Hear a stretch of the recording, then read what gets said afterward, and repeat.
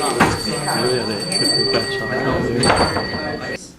This year is 30 years since Eugene died, and it seemed a good idea to get together and celebrate his life and his work. Some of us knew him, some of us here are familiar with his work but didn't know him. Some people are relatively new to his work, so I hope those new people will get some idea of him from what you'll be hearing this weekend and the people that you'll be meeting and talking to. And if you have any questions, please come and ask me or ask anybody and see what response you get. So, I think, so that we can keep ourselves going, we'll move on shortly to the first speaker. Our first coffee break is 11:25. Lunch will be at 1 o'clock. And our first speaker is Zohar. If you'd like to come up, I might give a few words. Zohar qualified as a doctor in 1959, met Eugene Halliday in 1963. Eugene's holistic ideas on health and disease, she felt, made very good sense. And in 1975, she escaped from mainstream medicine and followed an independent career in art therapy and psychotherapy and practicing and lecturing in homeopathic medicine.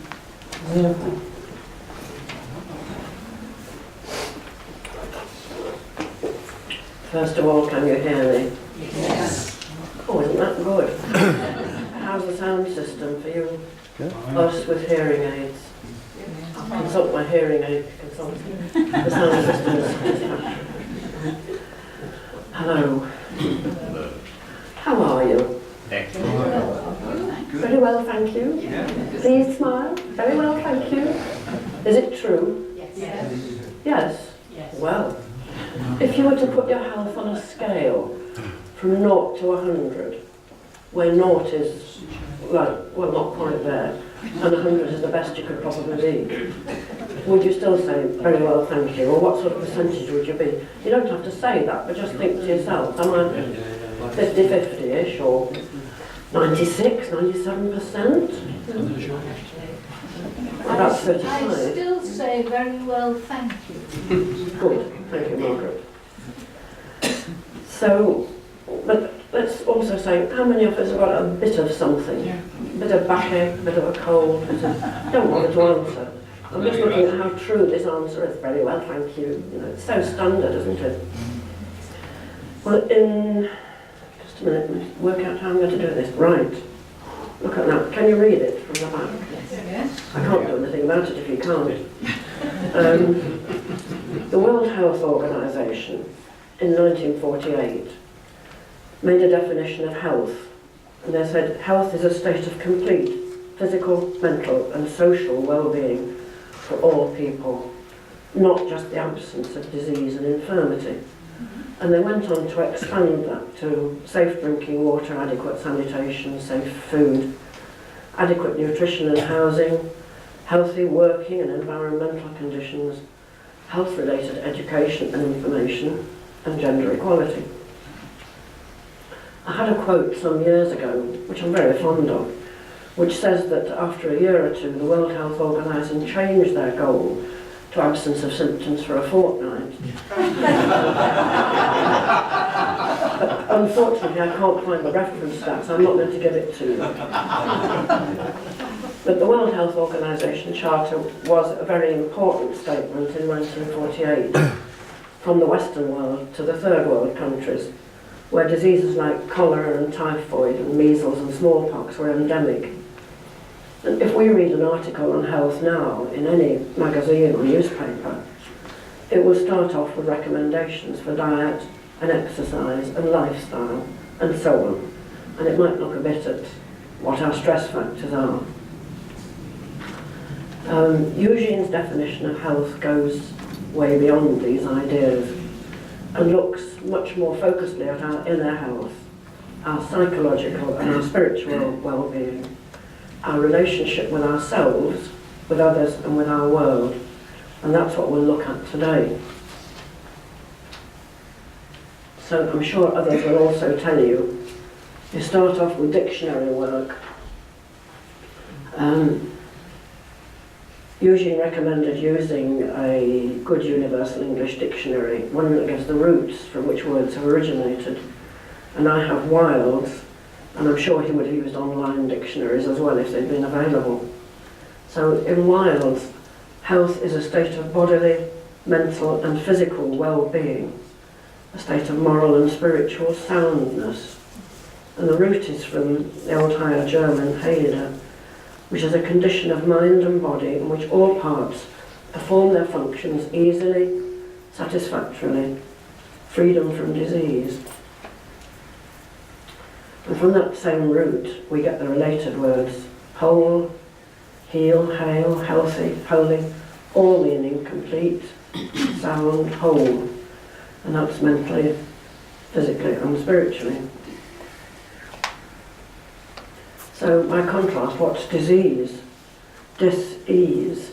The D-I root comes from the same root as division, and ease is from a French word, and it's actually a technical term meaning access across the surroundings of a house. But we use it more to mean do your shoes fit?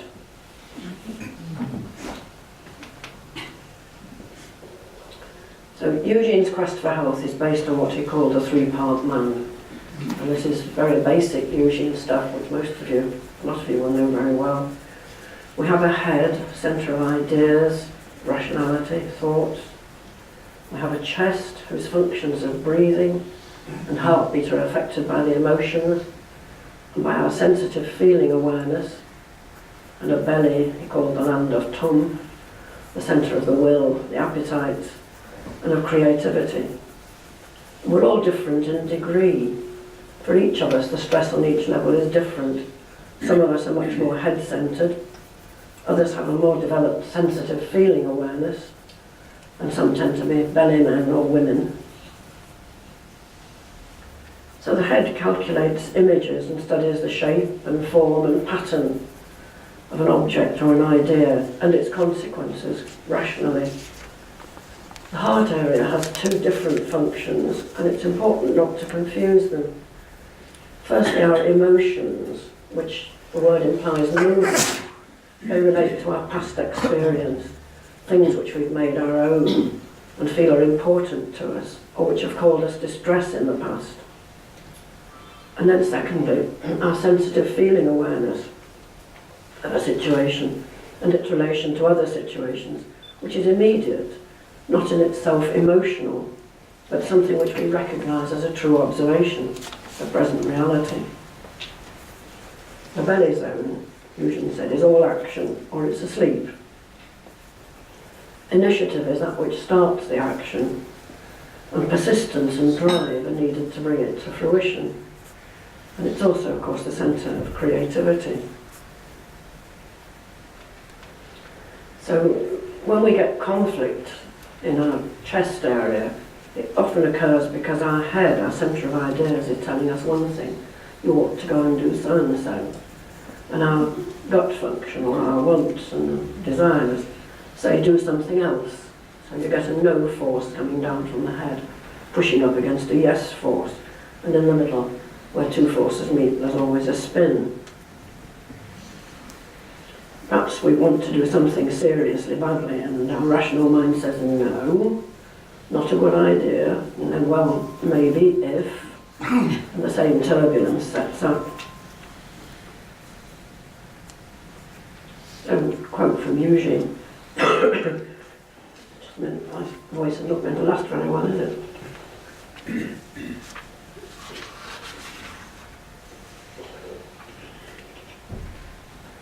There's a difference in function between the thinking centre above and the drive centre below the diaphragm. The drive centre says yes to everything, or it's asleep. The thinking centre says no to everything on principle. And then maybe, but let's think about the consequences. One of these centres has to rule. Whichever rules defines the other as a devil. A man under the dominion of the belly thinks that thinking is silly, because he's busy enjoying himself. A man dominated by the intellect paralyses his activities, particularly those that cause pleasure, and defines them as bad for him. Neither of them is a whole being. And he goes on to say it's essential to see that man is a trinity, he has 3 parts, but he also has an integration centre. The true function of the integration centre allows you to have a true idea, the right feeling, that is a feeling for wholeness, which is universal compassion, and the right kind of substance or drive. When he's doing those 3 things at once, then he's a whole man, and to be whole is the same as being holy.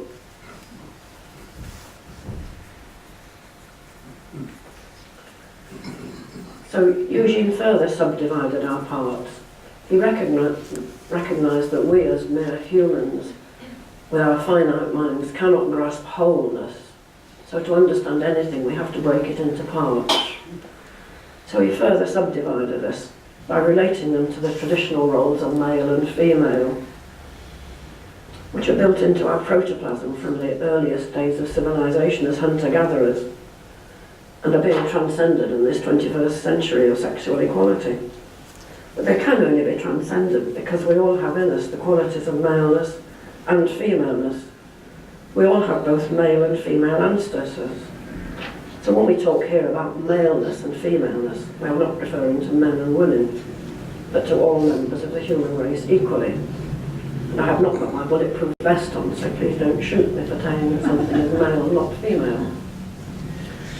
The head calculates images and studies the shape and form and pattern, and its traditional function of maleness. More men than women in history have written books, studied science and maths and astronomy. The heart focused on the feelings of the situation, and the sensitive awareness to other situations is seen as a female function. Women traditionally have lived with the children, looked after the home, and selected and distributed food. The belly is the action zone, functional possibilities of any situation at any point in time. Lost my place.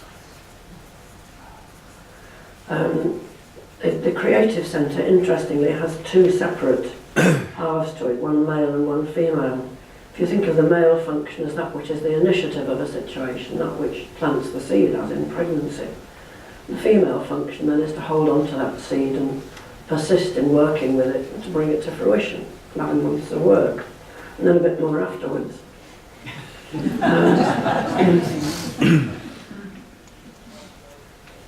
I think we live in a very exciting time in history when the biggest reorientation and sharing of these traditional roles that there ever has been, much more interchange. And I think it's much easier for women to develop the intellectual capacity than it is for men to develop their sensitive awareness in this Western society that we live in.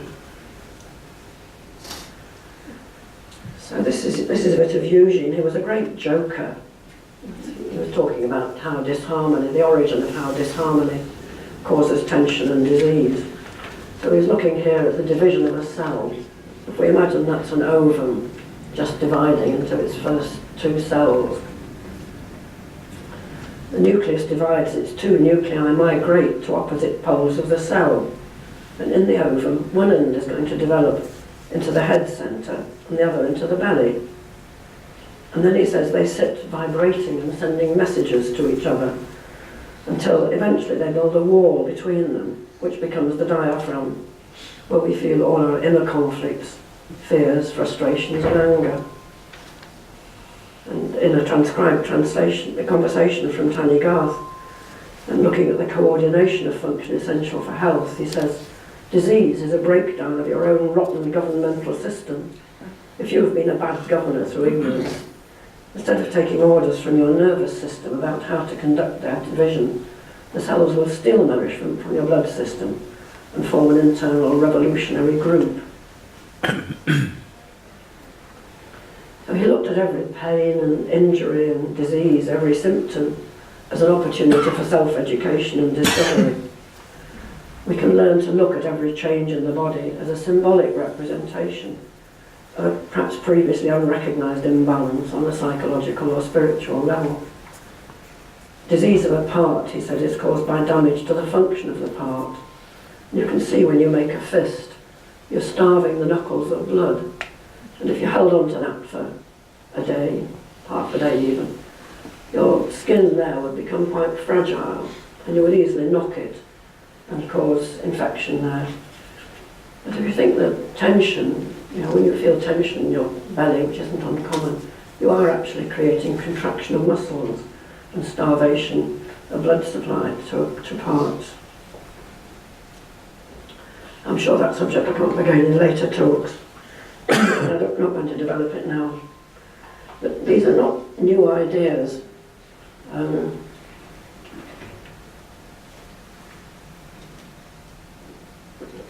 How I suffer for you. Egyptian hieroglyphs. The symbol for a man is a single line, like a cord, folded in half and then twisted 3 times. So what you're getting there is an appearance of 3 made out of 1. 3 in 1 or 1 in 3. But what Eugene called non-duality, but without a coordinating factor, that integrating factor that we talked about before, there can be no unity. And this is the caduceus, which shows the 3 parts coordinated by this central line of power in the spinal cord or the incoming spirit. The 3 parts here are created by the 2 intertwined serpents. The wings above are the wings of the spirit, and the apparent sections created by the twistings. The central vertical line is sometimes a shepherd's crook, a staff with a shepherd's crook at the top.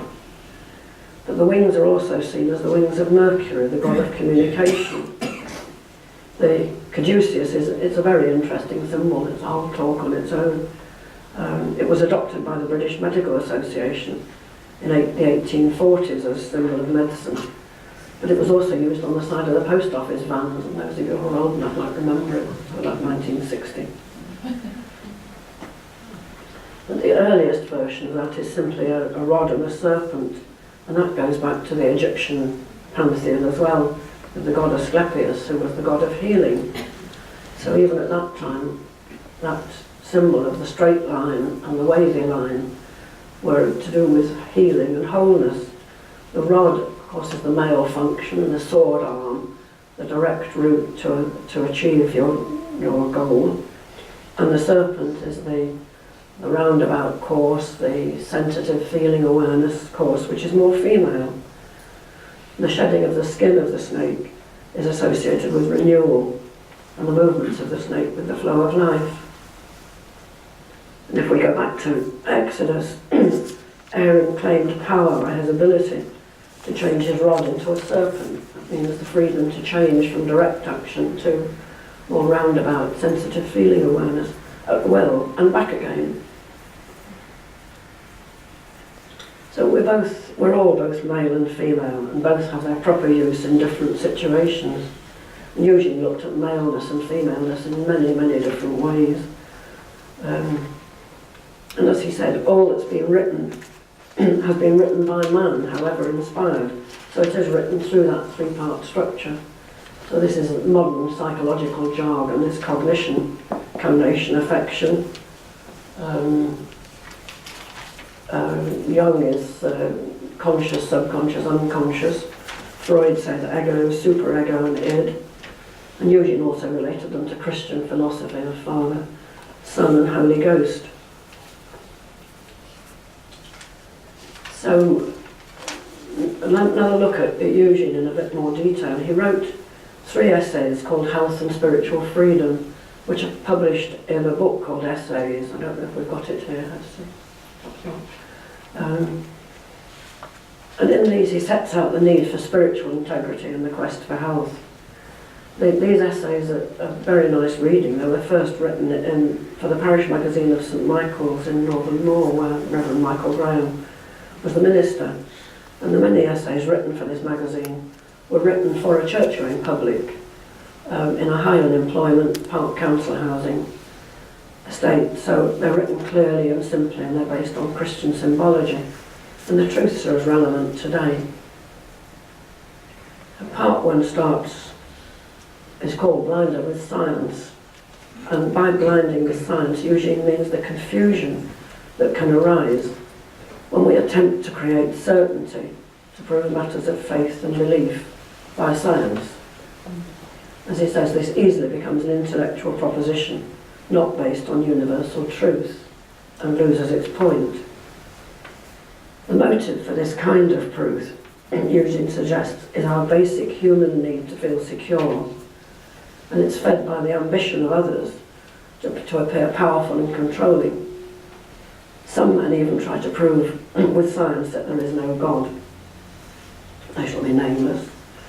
To be blinded by science in this way is to lose spiritual freedom, the greatest value that man can have. He talks about our 5 sense organs, hearing, sight, smell, taste, touch, through which science has its function.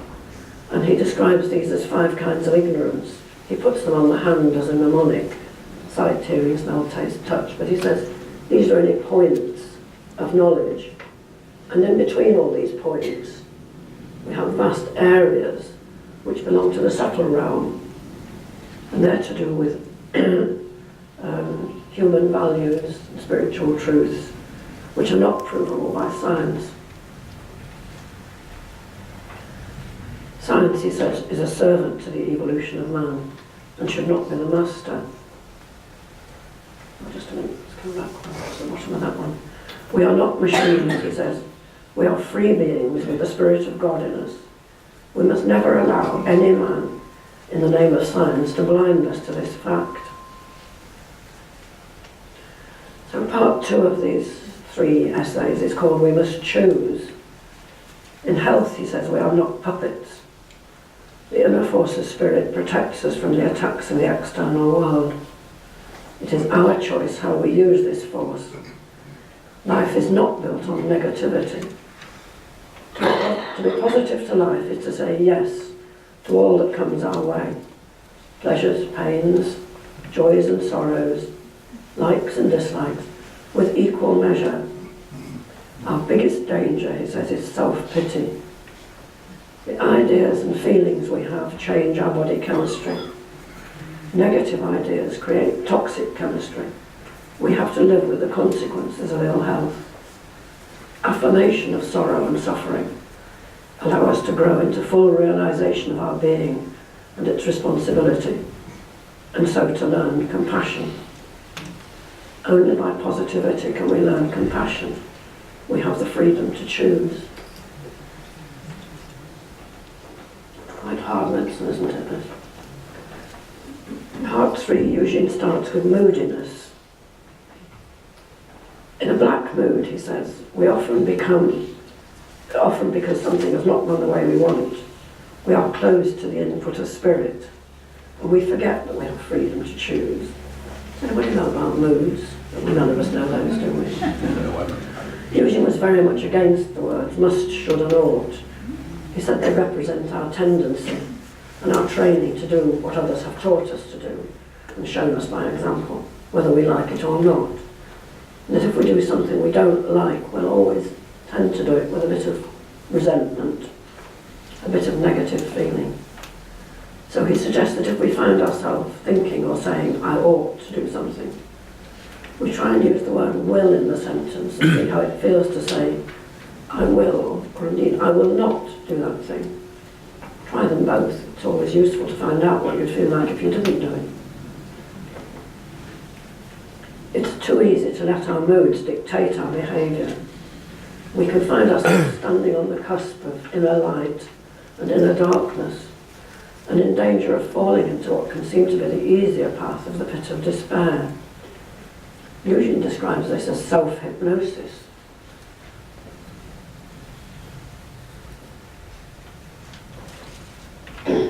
It's easy to forget we have the freedom to choose. We can lift ourselves from that point to see the light of day. Should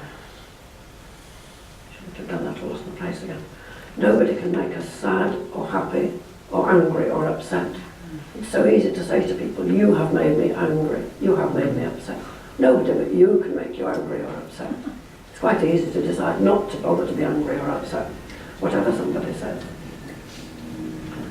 Only we can choose to respond in the way that we choose to what is presented to us. Without inner freedom, we cannot have health, and there is no freedom in moods. Lack of freedom is slavery and disease.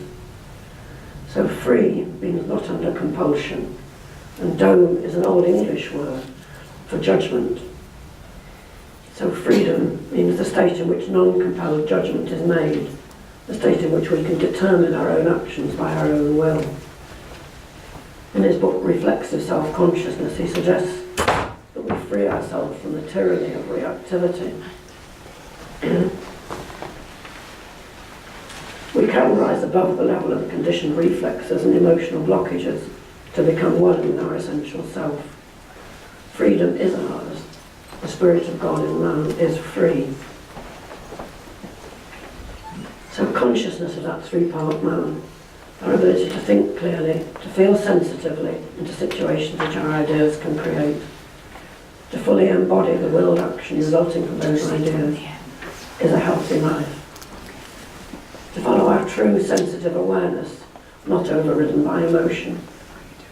To act decisively in relation to that feeling, and to perceive clearly what are the implications of our feeling and action, is a healthy life. To act spontaneously, to feel sensitively into the effects of our actions, and to understand and accept the total situation which results, is a healthy life.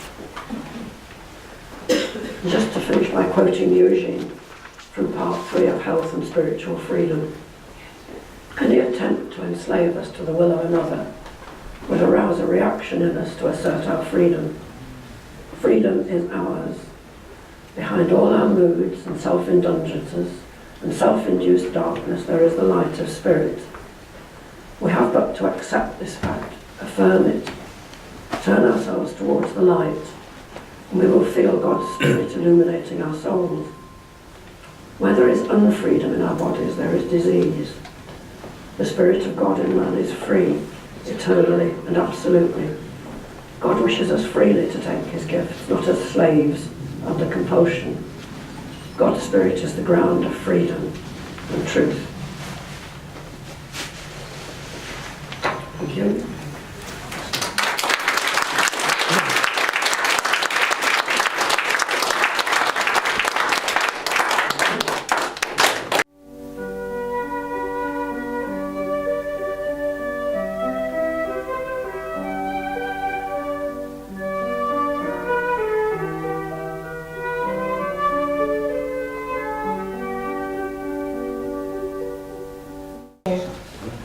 Good morning. Good morning. Thank you for coming. Can everyone hear me? Yes. No. Sheila's just whispered to me, you're on. So there's no whispering now. Eugene Halliday's work is magical in its effect. It doesn't matter whether we're long-time students of his work or newcomers. Each and every time we read his words, they reveal something new to us about the situation we're in at that time. His words help us really move forward in our lives. Whenever we discuss Eugene's work in a group, whilst reading something he wrote, or a text of one of his many talks or lectures, we soon discover that his words mean something different to every person in that group. Eugene Halliday, his teaching and his writing has touched many lives, my own included. How did he make such a difference to so many people?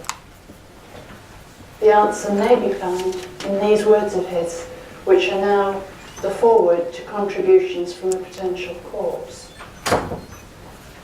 He wrote, "I see that people who believe that function can be function without interfunction are leading very narrow and shallow lives. I am determined to broaden them and deepen them. How I shall do this is through the word, written and or spoken. Let the word of God help me, or help himself through me." Powerful words. Eugene's own vocabulary was, to quote Heps's phrase, precise and specialised. And on 3 occasions in particular, certain words of his had a very special significance for me. They made an enormous impact on me when I first heard them, and they still do so today. The first word is now the Eugene Halliday Association guiding principle, which is love. Eugene wrote, "Love is the most misused word in our vocabularies, as it has been used in so many different senses. It's been used to stand for desire for material possessions, desire for pleasurable stimuli. But there's another meaning, seldom used because it's seldom understood. Love means not desire, not want, but will, especially directed will. The will to work for the development of the best potentialities of all living beings." And the EHA guiding principle is love is the development of the potentiality of being. For me, the next very important words were absolute sentient power. When I first heard Eugene say these words, I actually felt them. They resonated within me and had a sort of domino effect. Questions that I'd never even managed to formulate intelligently were being answered. All my life I'd wanted to know about energy, evolution, religion, human relationships. As Eugene spoke, my mind started to form a meaningful mosaic instead of frustrating confusion. As Zohar said, Eugene used the word God as another term for the absolute sentient power. But he also taught about all the world's major religions, not just Christianity or Judaism. And he asked us to read as much as possible about them, as at the top level there's no disagreement between the world's major religions. Before listening to Eugene, it seemed to me, as it had to Darwin, that there was absolutely no agreement between religion and science. However, this wonderful phrase, absolute sentient power, for me, brought them both alive and into relation with each other. For each of us, our background, upbringing, and experiences mean our understanding of words will differ. More of that later. But I was greatly heartened a few years ago to find a note on Stephen Hawking's website. In Hawking's notes on his lecture entitled The Beginning of Time, he said, "Events before the Big Bang are simply not defined because there's no way one could measure what happened at them. This kind of beginning to the universe and of time itself is very different to the beginnings that had been considered earlier. Those beginnings had to be imposed on the universe by some external agency. Thus, it would require the direct intervention of God if the universe began at that date." I've checked the website recently, and of course that's gone now, it's changed. I think that was about 2014. So we're still evolving out of a process that began with intense heat, probably in excess of 7,000 degrees centigrade, the scientists can argue with me, and violence, constant volcanic eruption. I'm told the young Earth's atmosphere was composed of hydrogen, carbon monoxide, ammonia, and methane, with little or no oxygen. But we can only deal with what we know, or as National Geographic say in a recent video, what we think we know. Any term for our creating power must be meaningful, as it's personal. Some people might choose yet another term, the field, in order to convey the meaning of this sentient, infinite field of power, which has formed us and continues to prove impossible to define. The third words to make a great impact on me were, and this is so familiar to everybody, the 5 levels of being. But anybody who's new to Eugene's work, as I was then, it was magical to discover that he used his little finger for the physical body, the first level, the next finger for feeling, and then thinking, the index finger for comprehension, understanding, and he used the thumb to indicate free will. Starting at the lowest level, the physical body, he sometimes called it physbod, Eugene wrote, all forces are motions of the absolute sentient power. Our physical sense organs, still Eugene's words, directed outwards, bring us information of the external material world, the world of material existence, which has greater stability than even our bones insofar as these change with growth. From information conveyed to us by the material things of the outer world, our consciousness is provided with relatively stable references. What stability our earthly mental life possesses is a product of the unchanging forms of ideas gained by encounter with the fixed world of material things. We know we can only learn from our own experiences, not from anyone else's. I don't feel that if somebody else knocks against the table. In this way, pleasure and or pain is recorded in our protoplasm. Only you know how you feel. Pain or pleasure don't show. Eugene used to say that human protoplasm is the best recording material in the world. And as there's been no break in the chain of evolution, these experiences are passed on down through the generations. He wrote, all forms of energy are interchangeable. The absolute sentient power creates all things, things that change constantly, but the creating power itself never changes.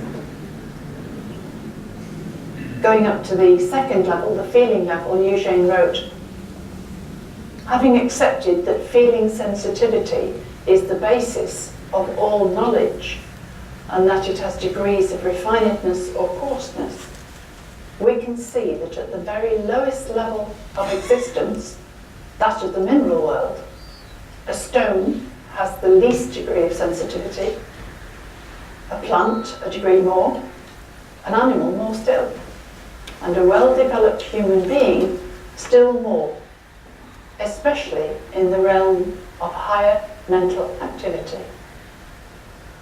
Humans in general have lost some of their once possessed animal sensitivities in pursuing the higher sensitivities that we see operative in higher mathematics and logic. But the loss of the lower sensitivities has been much compensated for by the increase of certain survival capacities, which lower levels of sensitivities do not have. Excuse me.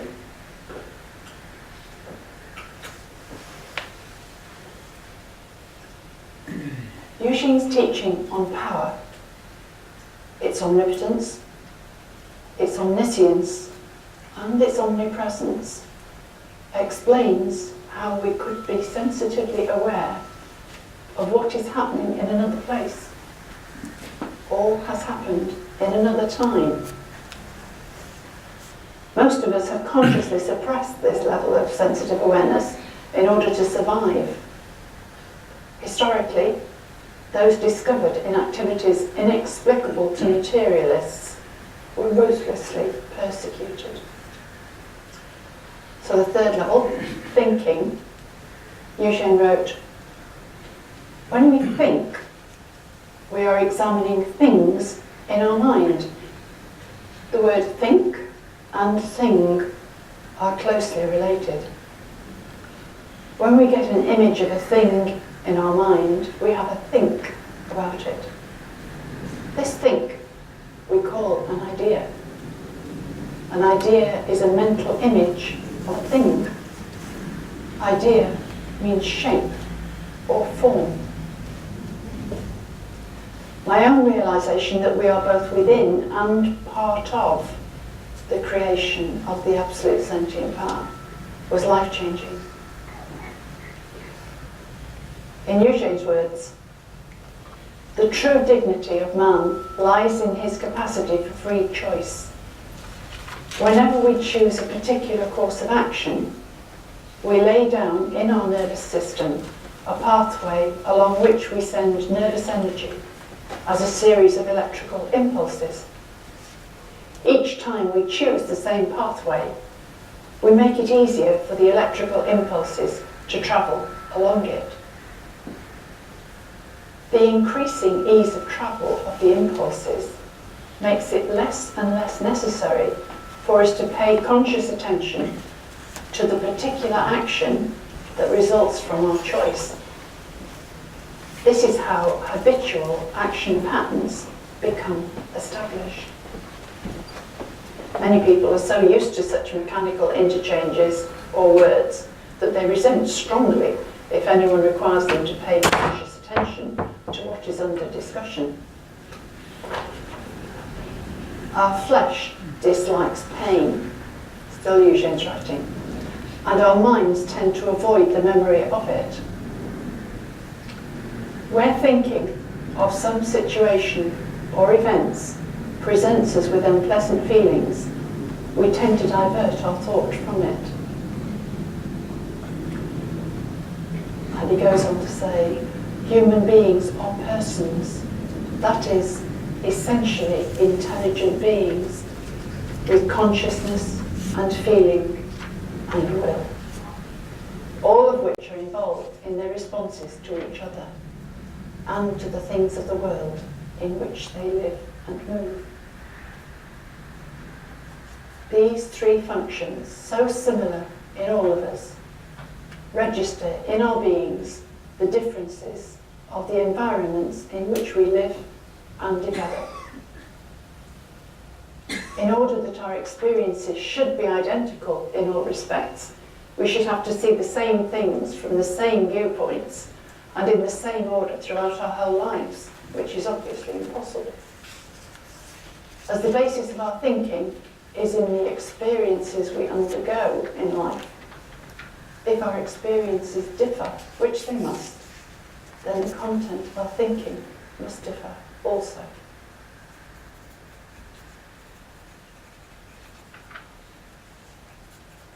It was quite new to me in Eugene's groups to realise that as every single person has a unique point of view, we all ask different questions. We each learn something different from life's challenges. And it gradually became so interesting to see that just as we do from every group reading, each new level of understanding is uniquely relevant to our situation at that time. That's the magic of his work. Which brings us to the fourth level, comprehension. We need to be clear about what we want, and our motive needs to be developmental.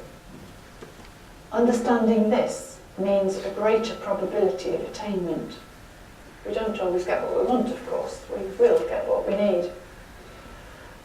In Eugene's words, every goal that can be defined, which does not, in its definition, contradict itself, is realisable.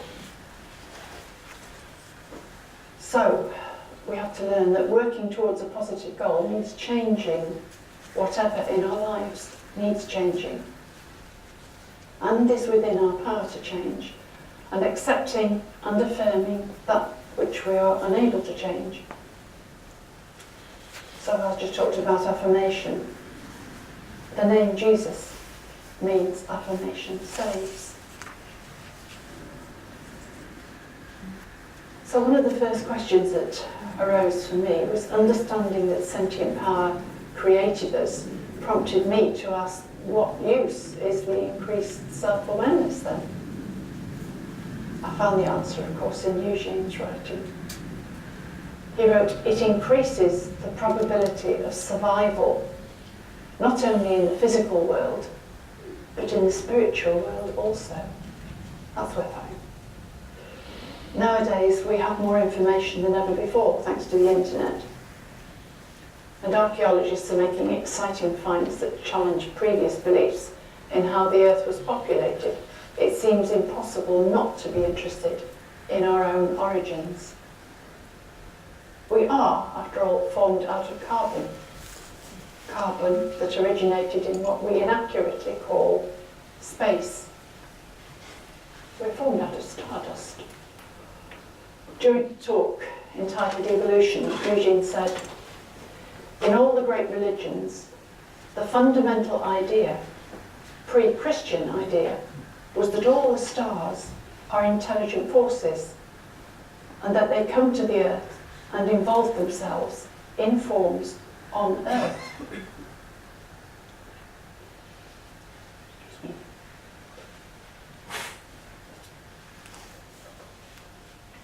He went on, "There's no reason whatever why the whole universe should not be compressed into the size of a nutmeg.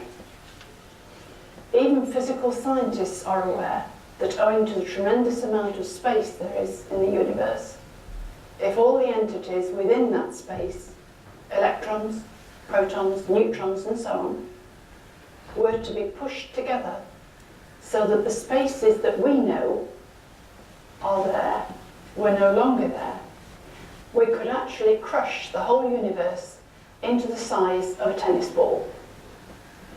It would be a very heavy ball." And in that same talk, he also said, "There is no non-sentient energy, and therefore the energy that comes from the sun and the stars itself is sentient. It is living energy." Listening to Eugene and discussing the talks afterwards, I realised you can't just put intelligence and sentience into the mix at the beginning of life or somewhere after life has started to evolve. It has to have been there already. How can we not be interested then in our spiritual survival? So to finish on understanding, a few more words of Eugene's. The whole visible, tangible universe is an effect of invisible power. We do not see this causal power. We see only its effects. Which brings us to the top level, the will. Moving forward through life's challenges does require an act of will. Of the will, Eugene wrote, "Yes or no." These two short words, mere monosyllables, are the two most important words in the whole of our vocabularies. By saying yes or no to whatever we are asked to do, we steer our life course. No one has ever seen the will itself, still Eugene's words. We see its effects in actions of the body. We feel its effects in the way it acts upon our emotional nature. We detect its action in the changes of direction in our thoughts or in the persistence of some chosen central idea. But we never see the will itself. The will is an invisible, intangible power which determines our destiny.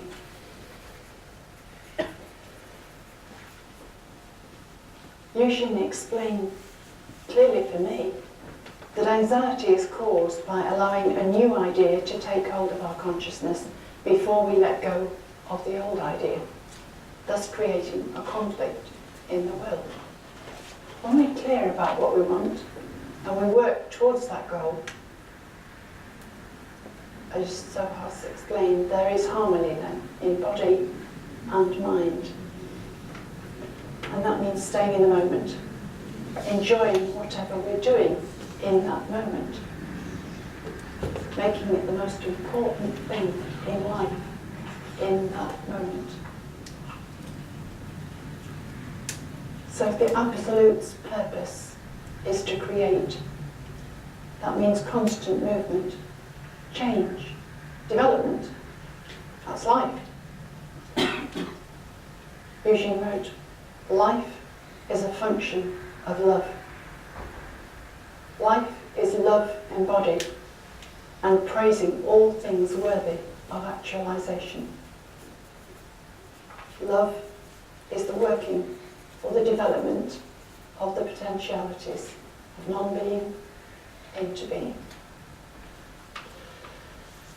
He sometimes, in very few words, used to give an overall view of any situation, which immediately had the capacity to release whoever was listening from their own pinned point of view. When we realise that others are not always being deliberately difficult, they're just seeing the world through different experiences, that can alter the feeling in any situation.